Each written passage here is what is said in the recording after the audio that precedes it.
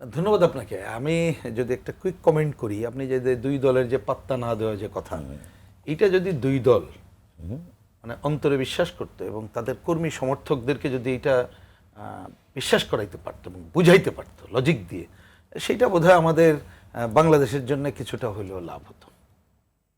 এই হচ্ছে মূল কথাটা। কিন্তু আসলে সেটা না। আসলে সেটা না কেন, আমি একটু পজ দিয়েই চলে যাই একটু অন্যদিকে।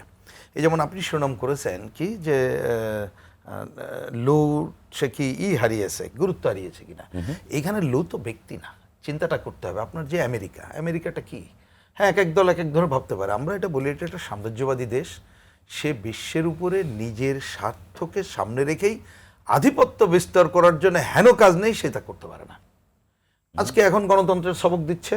মুক্তিযুদ্ধের সময় তো ভোটে নির্বাচিতদের সে ক্ষমতায় দেওয়ার জন্য তো সবক দেয় নাই, বরঞ্চ বিরোধিতা করেছিল মুক্তিযুদ্ধের।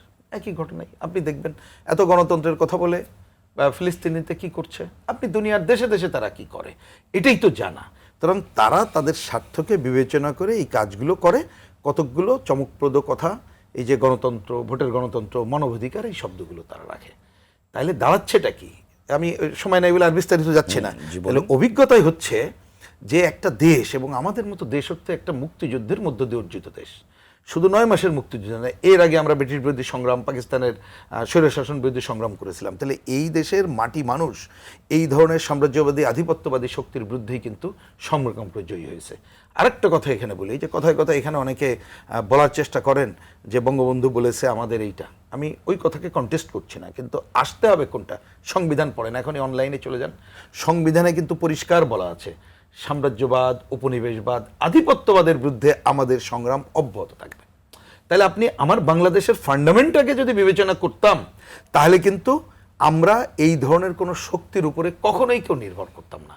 কিন্তু ঘটে যায় কখন? ক্ষমতাশ্রয়ী দল হলে তাকে আজকে তারা হয়তো তার কৌশল নানা বিবেচনা করে তারা এইসব দেশের উপরেই কি বলে আধিপত্য মানে কি বলে তাদের কথা শুনতে হয়। যখন এই দেশগুলো দেখা যায় একেবারে হচ্ছে না, তখন আরেকটা দেশের উপরে ভর করেই তাদেরকে ডিল করার কাজটা করতে। আপনি নির্বাচনের এইবারের ঘটনাগুলো পরিষ্কার। আমাদের দেশে ভারতের ভূমিকা, চীনের ভূমিকা, আমেরিকার ভূমিকা, ইউরোপিয়ানের ভূমিকা আপনি দেখলে কিন্তু পানির মতো পরিষ্কার হয়ে যাবে। এবং সেইখানে আপনি দেখবেন যে যত মুখে কথা বলুক না কেন, এটা কি বাংলাদেশের স্বার্থ রক্ষিত হয়েছে না ওই দেশগুলোর স্বার্থ রক্ষা হয়েছে? তাহলে ওই দেশগুলোর কিন্তু স্বার্থ রক্ষিত হয়েছে। আমি এই জন্য বললাম, তা ক্ষমতাশ্রয়ী দলগুলো অন্তত পক্ষে যদি এইটুক, ওই যে কথাটা আপনি সূচনা করলেন, তারা যদি এইটুক মনে করে যে নিজেরা আমাদের পায়ের উপরে দাঁড়াবো, বাংলাদেশের মানুষকে নিয়ে অবশ্যই গণতন্ত্রের সংগ্রাম, অসাম্প্রদায়িক সম্পদ লুটপাটের বিরুদ্ধে সংগ্রাম পুরোটাই আমরা করব এবং কখনোই কারোর আধিপত্যকে মেনে নেব না। আমি বরঞ্চ এটা দেখার পক্ষে, কারণ লু সাহেব তো আরো সম্ভবত 2 দিন আছে, দেখা যাক কি হয়। তাহলে তখন আমরা বুঝবো। যেটা পত্রপত্রিকার মাধ্যমে জানলাম, প্রথমে আমি তো নতুন কিছু দেখছি না, কারণ ও কিন্তু স্টেট ডিপার্টমেন্ট আগেই বলছিল ইলেকশনের আগে একরকম ভূমিকা, আর ইলেকশনের পরে এটা গতানুগতিক যা করবে তাই। এবং এই অঞ্চলে তিনি ভারত, শ্রীলঙ্কা হয়ে এসেছেন, এবং আসলেই প্রধান কাজটা কি সেই জায়গায় বরঞ্চ আজকে দেখেন টকশোটা, ওটা আমার ব্যক্তিগত মতামতভাবে নেবেন না, যে সেইটাই সবচেয়ে ভালো হতো যদি আমরা আলোচনা করতে পারতাম যে তারা বলছে এই যে প্রশান্ত মহাসাগরে তাদের একটা কয়েনেজ আছে, শান্তি ... কিন্তু মূল কথা তো হচ্ছে তারা আধিপত্য বিস্তার করতে চায়। কারণ এইখানে আগের সাম্রাজ্যবাদের এই সমাজতান্ত্রিক বিশ্বটা না থাকার ফলে যে একছত্র আধিপত্য ছিল, এখন এই অঞ্চলে চীন সহ অন্যরা মিলে যে অল্টারনেট খালি শক্তি না, পাল্টা ইকোনমিক আধিপত্য গড়ে তুলতে চাইছে, ডলারের বিরুদ্ধে অন্যর যে আধিপত্য গড়ে তুলতে চাইছে, সেই জায়গায় কিন্তু আমাদের দেশের উপরে তাদের আধিপত্য বিস্তারের জন্য কতগুলো কৌশল, হুমকি ধামকি কৌশল, নানা পথ ব্যবহার করতে হবে। এই জন্য খালি বাংলাদেশও একা হবে না, ভারত অন্যান্য ডিল করে এগুলো হবে না। আমি আভ্যন্তরীণ রাজনীতি দিয়ে বলছি, অর্থাৎ দুটো দল যে বলছে গুরুত্ব দিচ্ছে না, এর অর্থ কি এই দাঁড়ায় যে দুটি দলই গুরুত্ব দিচ্ছে?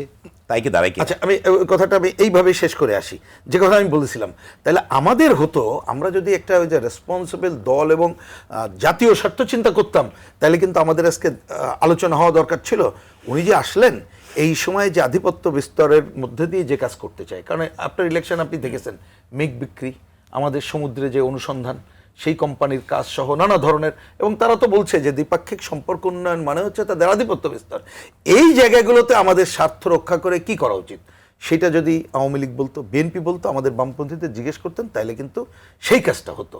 তা সেইটা না হয় এখন যেটা হচ্ছে, আমার ছোট কয়েনেজ হচ্ছে, এইটা হচ্ছে আমরা এই যে দেখবেন এই দুই দলের যে কথার পাল্টাপাল্টি সেটাই প্রধান, আর আলটিমেটলি ডিফেক্ট হচ্ছে কোনো না কোনোভাবে পাত্তা দিচ্ছেই এবং নির্ভর, কাউকে নির্ভর করতে হবে, যাচ্ছে আমি পারলাম না, আমাদের তারা যেটা বলেছিল ইলেকশনের আগে একটা ভেবেছিলাম তারাই অনেক কিছু করে দেবে, হয়তো তারা এখনো ভাবতে পারে যে কেন এই যে এমবার্গো আরোপ অমুক করছে না, তারা একটা করুক, আর অন্যরা মনে করছে যে আমরা যে কঠোরভাবেই অন্তর্পক্ষে ওরালি, আমি মুখের কথা বলছি, তলে যেই থাকুক না নিজেরা দাঁড়িয়েছিলাম, আমরা ওইভাবে করেই তাকে ডিল করব, ব্যবসা বাণিজ্য যতটুক দিতে হয় দেব এবং আমি ব্যালেন্স মানে করে ভিতরে চলবো, একটা শঙ্কা এই আছে কাজ করব। ক্ষমতাসীনদের। অফকোর্স, মানে এই কথার মধ্য দিয়ে দুই দল এটা নাকচ করেছে, আমার ধারণা বাংলাদেশে কেউ বিশ্বাস করবে না এটাই, বরঞ্চ আমি ওইটাই রিপিট করছি যে তারা ওরালি যেটা বলেছে এইটা বাংলাদেশের মানুষকে যদি গ্রহণ করিয়ে আমরা এই সব সাম্রাজ্যবাদী আধিপত্যবাদীর শক্তির বিরুদ্ধে জনগণকে আজকে সচেতন করতে পারতাম, সেটাই হতো অন্যতম কাজ।